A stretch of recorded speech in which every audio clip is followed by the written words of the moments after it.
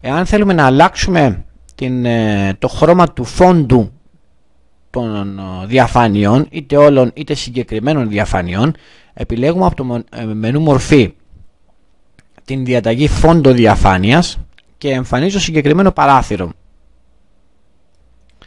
Εάν τώρα θέλουμε να αλλάξουμε το χρώμα της διαφάνειας, θα δούμε εδώ ότι μπορούμε να επιλέξουμε το χρώμα των διαφανειών, ένα από τα διαθέσιμα χρώματα, ή ακόμα να πάμε στα περισσότερα χρώματα και να επιλέξουμε όποιο χρώμα θέλουμε από εδώ. Πατάμε το κουμπί OK και μπορούμε να χρησιμοποιήσουμε το κουμπί εφαρμογή σε όλες, έτσι ώστε να εφαρμοστεί το φόντο σε όλες αυτόματα τις διαφάνειες, ή να πατήσουμε το κουμπί εφαρμογή έτσι ώστε να εφαρμοστεί το φόντο μόνο στην επιλεγμένη διαφάνεια ή σε επιλεγμένες αν είχαμε επιλέξει παραπάνω από μία διαφάνεια. Σας πατήσουμε το κουμπί εφαρμογής και θα δείτε ότι μπήκε μόνο στην πρώτη διαφάνεια, διότι αυτή ήταν επιλεγμένη.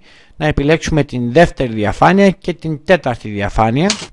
Κάνουμε κλικ στο Control, έχοντας σταθερά πατημένο το πλήκτρο Control, μπορούμε να επιλέξουμε μη γειτονικές διαφάνειες. Πάμε το μενού μορφή, επιλέγουμε πάλι φόντο διαφάνειας, ανοίγουμε τη λίστα από εδώ, διαλέγουμε το χρώμα το οποίο θέλουμε, ας επιλέξουμε αυτό, πατάμε το κουμπί εφαρμογή και εφαρμόζεται αυτόματα στις δύο διαφάνειες οι οποίες είχα επιλεγμένες. Άλλη μια φορά, μορφή φόντο διαφάνειας. Αν πατήσω εφαρμογή σε όλες, όπως είπα προηγουμένως, αλλάζει η μορφή σε όλες τις διαφάνειες. Υπάρχει μια άλλη ρύθμιση από το φόντο διαφάνειας, η οποία ονομάζεται παράληψη φόντου και γραφικών του υποδείγματος, την οποία θα δούμε αμέσως μετά. Εσείς πρέπει να γνωρίζετε ότι για να αλλάξει το φόντο μίας ή περισσότερων διαφανειών, τις επιλέγετε, ή αν είναι για όλες δεν επιλέγετε καμία και μπαίνετε εδώ, βάζετε το χρώμα το οποίο σας ζητείτε, πατάτε εφαρμογή σε όλες ή εφαρμογή ανάλογα με την περίπτωση και αλλάζετε το φόντο των διαφανειών. Εάν θέλουμε να μορφοποιήσουμε ομοιόμορφα τις διαφάνειες μας, και αυτό είναι το σκεπτικό, υπάρχει από το μενού μορφή η διαταγή σχεδίαση διαφανείων, όπως βλέπετε εδώ, και εμφανίζει έτοιμα πρότυπα σχεδίασης τα οποία μπορούμε να χρησιμοποιήσουμε έτσι ώστε να εφαρμοστούν αυτόματα σε όλες τις διαφάνειες. Και τα πρότυπα σχεδίασης δεν έχουν να κάνουν μόνο με το φόντο των διαφανειών, αλλά και με και τη μορφοποίηση συνολικά της κάθε διαφάνειας, δηλαδή τον τρόπο με τον οποίο θα εμφανίζεται το κείμενό μας, τον τρόπο με τον οποίο θα εμφανίζονται όλα τα αντικείμενα που υπάρχουν προφανώς πάνω σε μία διαφάνεια. Εάν έρθουμε από το δίκτυο του mouse εδώ, θα δούμε ότι το συγκεκριμένο πρότυπο σχεδίασης, για παράδειγμα, ονομάζεται ανταγωνισμός. Εδώ ονομάζεται δέσμη pod και όπως θα δείτε στη συνέχεια υπάρχουν πάρα πολλά έτοιμα πρότυπα σχεδίασης τα οποία μπορούμε να εφαρμόσουμε πάνω στις διαφάνειές μας, είτε σε όλες είτε στις επιλεγμένες. Εδώ όπως βλέπετε έχω δύο επιλεγμένες διαφάνειες. Αν θελήσω να εφαρμόσω το πρότυπο σχεδίασης ανάκληση ηθοποιών, ανοίγω τη λίστα από εδώ και του λέω είτε εφαρμογή σε όλες τις διαφάνειες ή εφαρμογή σε επιλεγμένες διαφάνειες ανάλογα με την περίπτωση.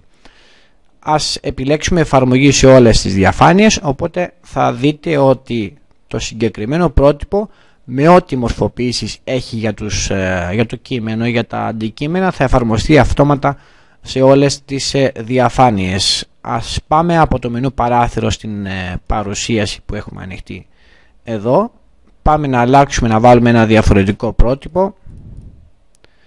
Τα πρότυπα αυτά περιέχουν ακόμα και κινήσεις, αυτόματες κινήσεις, εφέ κίνησης είτε για τα αντικείμενα είτε για την εναλλαγή των διαφανειών.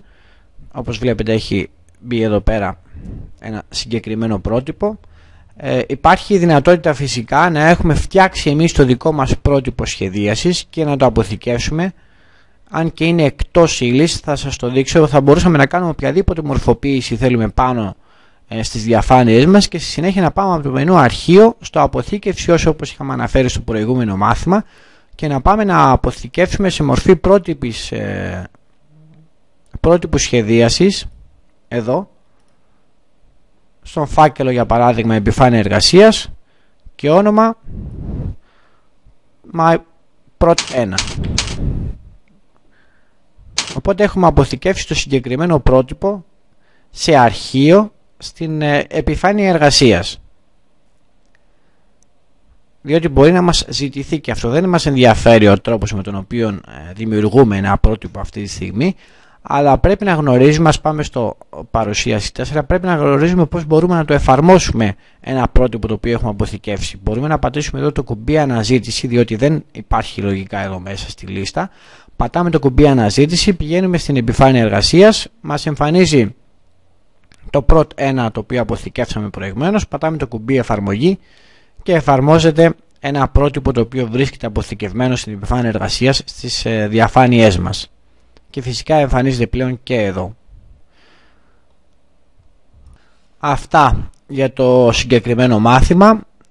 Είπαμε και εδώ αρκετά πράγματα για τις καταστάσεις προβολών μιας παρουσίασης, για την εναλλαγή μεταξύ των προβολών, για την εισαγωγή μιας νέας διαφάνειας με συγκεκριμένη διάταξη όπως διαφάνεια τίτλου, γραφήματος, κειμένου κλπ.